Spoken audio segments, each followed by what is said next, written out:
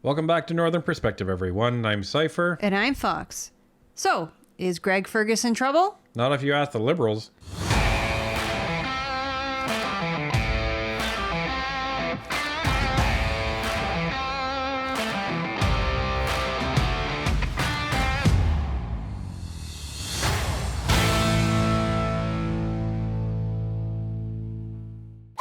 After the quote-unquote apology and the Conservative question of privilege was raised, debate raged for most of the day yesterday on this. Following that, Andrew Scheer, the Conservatives, and the Bloc called for the resignation of Greg Fergus. Also, in an incredibly well-timed coincidence, Greg Fergus had to immediately take a trip out of the country to meet with counterparts down in Washington, D.C.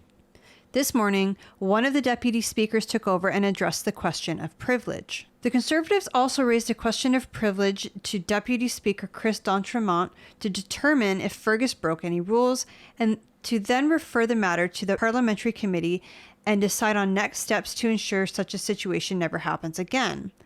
In a decision issued on Tuesday, d'Entremont rejected the question of privilege, saying that it put him in a, quote, difficult position, end quote, but allowed Conservative House Leader Andrew Scheer to present a motion that would be up to a vote in the House. Quote, in the future, if members wish to take issue with the conduct of the Speaker, rather than raising points of order or questions of privilege, I would instead direct them to place a substantive motion on the notice, end quote, said d'Entremont. Scheer proceeded to present his motion to have Fergus's conduct be examined in committee, and the debate was taking place on Tuesday afternoon. Now, before we take a look at that debate, understand that Chris d'Entremont is a Conservative member of Parliament. Now, he is such a non-partisan deputy speaker, we actually had to look him up. We didn't know what party he belonged to. But he is so balanced in how he approaches the House, and he treats both sides equally the same. So that's a model speaker, in our humble opinion. And even in this case, he chose not to pursue the matter of it being a question of privilege, which was a ruling against the Conservatives, technically. But he did allow the matter to go forward by accepting a motion that this be brought forth committee.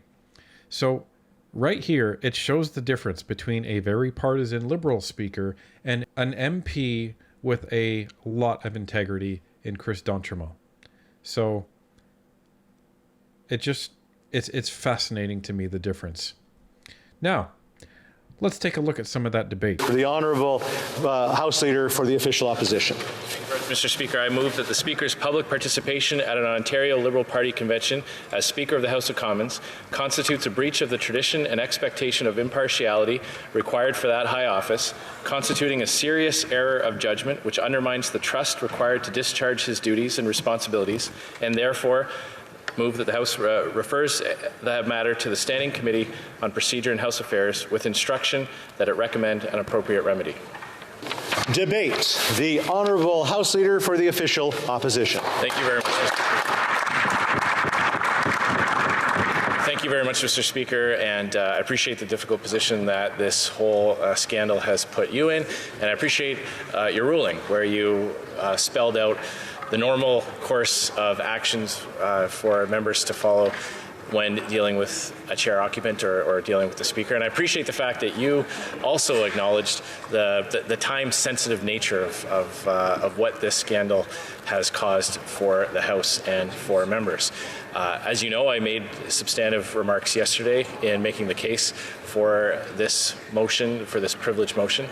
And to save the House's time, I won't go through all of those again, but just to sum up the points. The Speaker has incredible authority here in the chamber.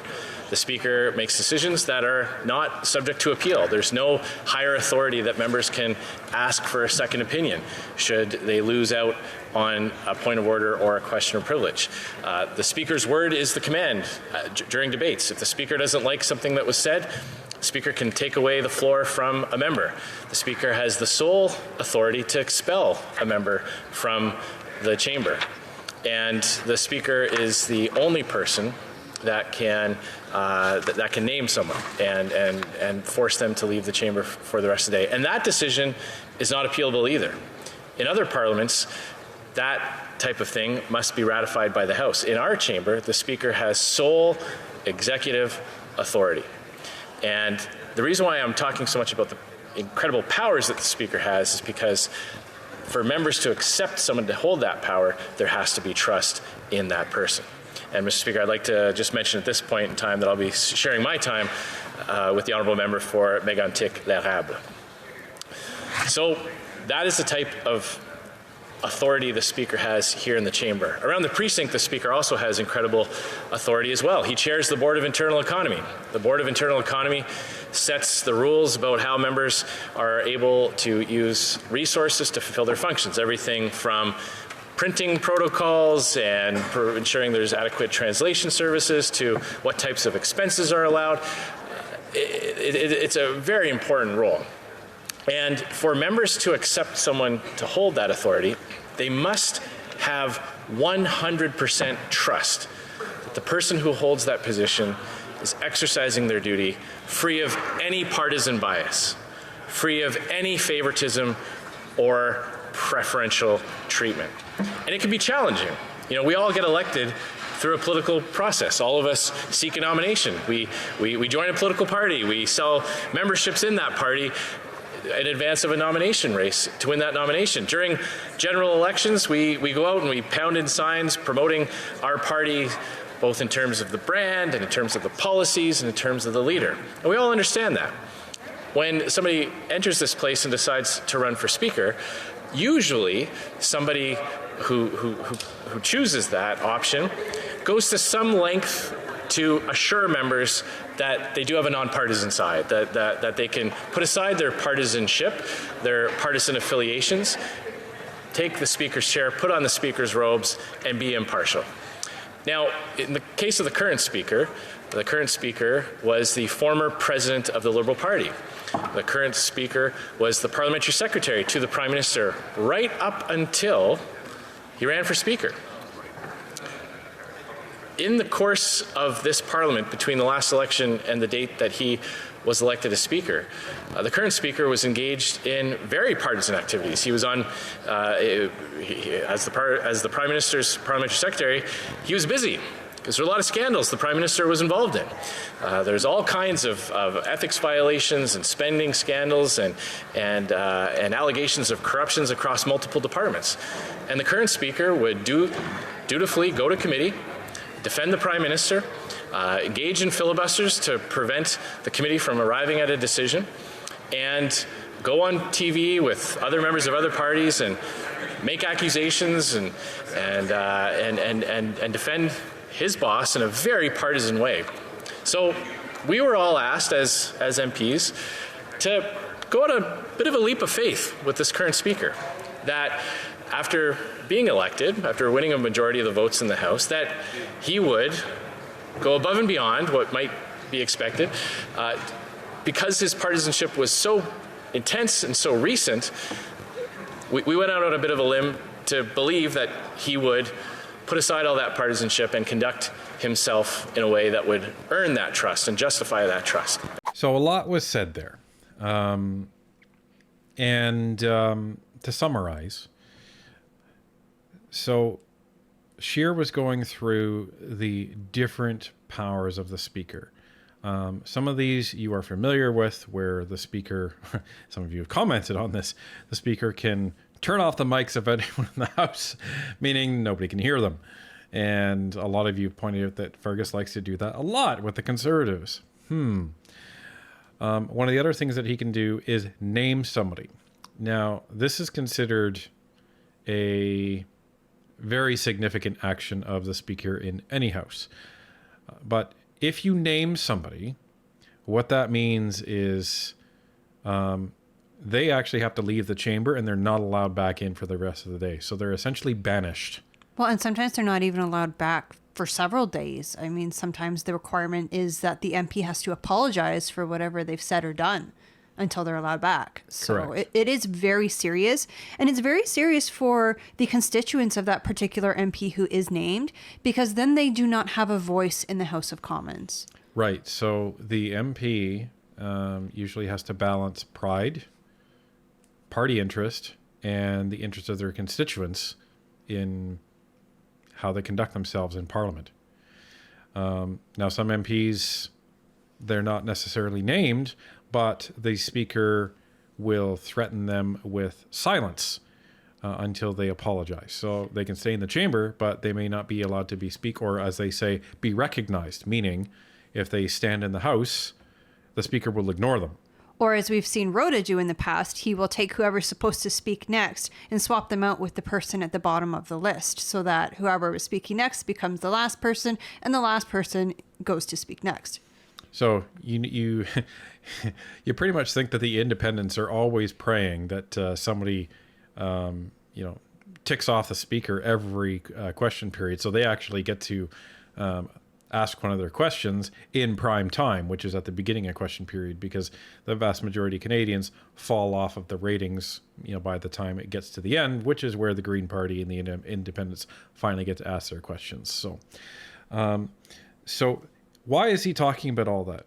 As he mentioned, he's talking about all of that because he's just trying to demonstrate the power with which the Speaker has in Parliament. And he's talking about that because it's significant in that if you have a partisan Speaker, then it can have a very detrimental partisan impact on how Parliament is operated. So he's now talking about Greg Fergus in all of his actions leading up to this, and painting him with this fanatical liberal red brush to illustrate that he was an incredibly partisan MP, which is fine, and that the House had to take a leap of faith, as he put it, that once Fergus put on the gown, that he was going to be nonpartisan, as does the rule demand. So he is building a case to basically say this was unavoidable, that Fergus has not lost his partisan stripes. They've carried on even though he has been Speaker, and that was just demonstrated this past weekend on this video that he did that was shown at a Liberal convention, and that this is going to be calling into question every one of his decisions in terms of a partisan lens. Well, think of it this way. Think of your favorite hockey team. And now think of if there was a referee that was constantly making horrible calls against your team, and they were making bad calls in favor of the opponent. That is what is worried about in this case, that Fergus is that referee who, because he's showing his partisan stripes, will make calls in favor of the Liberals and against the opposition. And now imagine over the weekend, it was reported on Hockey Night in Canada that that referee was on video in the opposing team's dressing room, basically hyping them up and cheering for them and telling them all what fond memories he had with them and their coach and all of this stuff.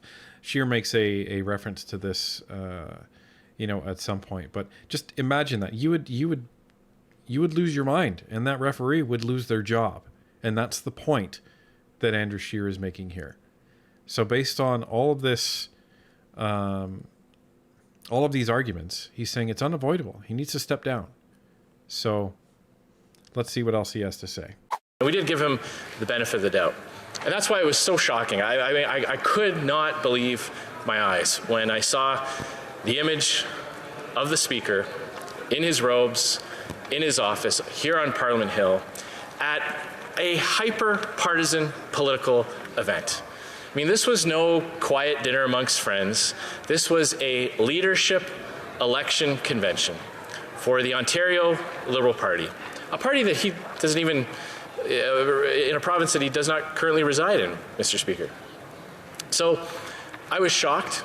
At first, I honestly thought it was a bit of a joke. I thought somebody was trying to troll me or something like that, and I didn't believe it at first. And then upon seeing the other images shared and seeing the video itself, I realized, oh my goodness, the Speaker has actually done this. And here's why it matters for Canadians. You know, we've heard the Speaker's excuse yesterday.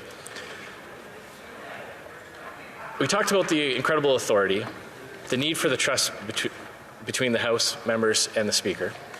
And if we think of other institutions in Canada that we could all instantly recognize the need for impartiality and the need to make a serious change if that impartiality is ever broken, we can think of many such examples.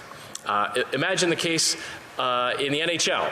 If there were images displayed of an NHL referee wearing his referee's uniform, giving a pep talk to the Toronto Maple Leafs in their locker room during an intermission, how would fans of the Montreal Canadiens, the Ottawa Senators, the Edmonton Oilers, how would they feel if they ever had to see that referee ref a game between those two teams? Now, it wouldn't matter. It wouldn't matter if the referee did that because he happened to know one of the players, or maybe he had some close personal relationship and he didn't expect it to be videoed. He just thought that he'd go in and say a few encouraging words and then leave. Because once you see that image, you can't unsee it.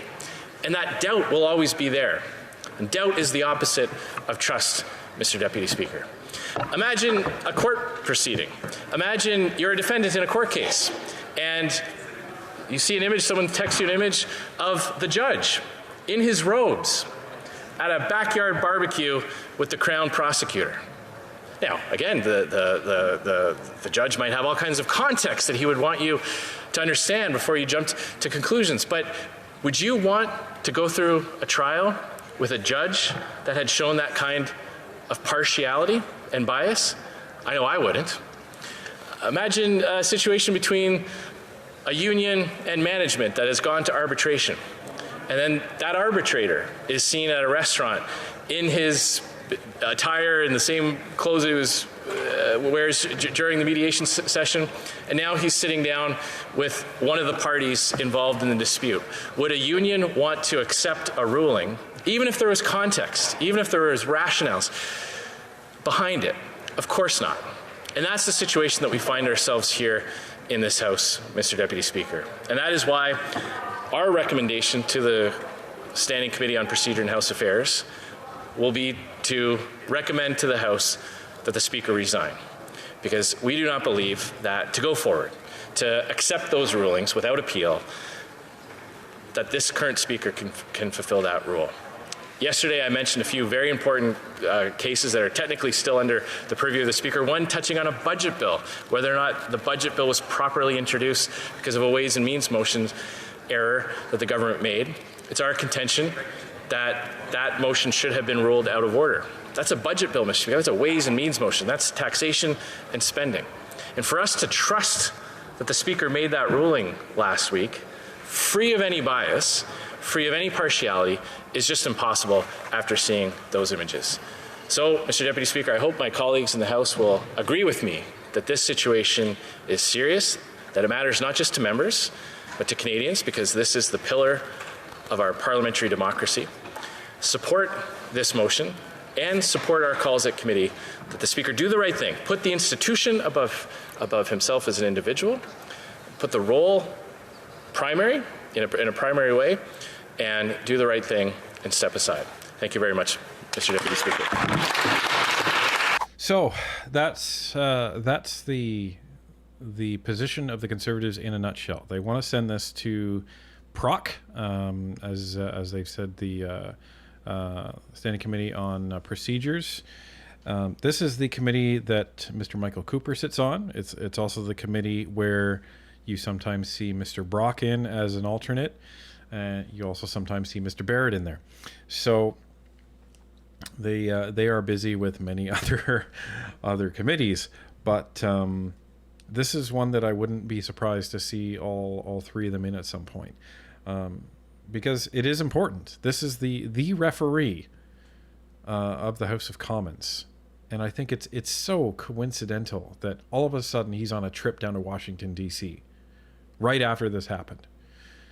But this is where it's at. Now, we won't show you the debate. The debate actually went on all day, hours and hours and hours. Well, this is a serious matter. Yeah. I would imagine that it would. And in a nutshell, the Liberals were basically saying, well, you know, this isn't such a big deal.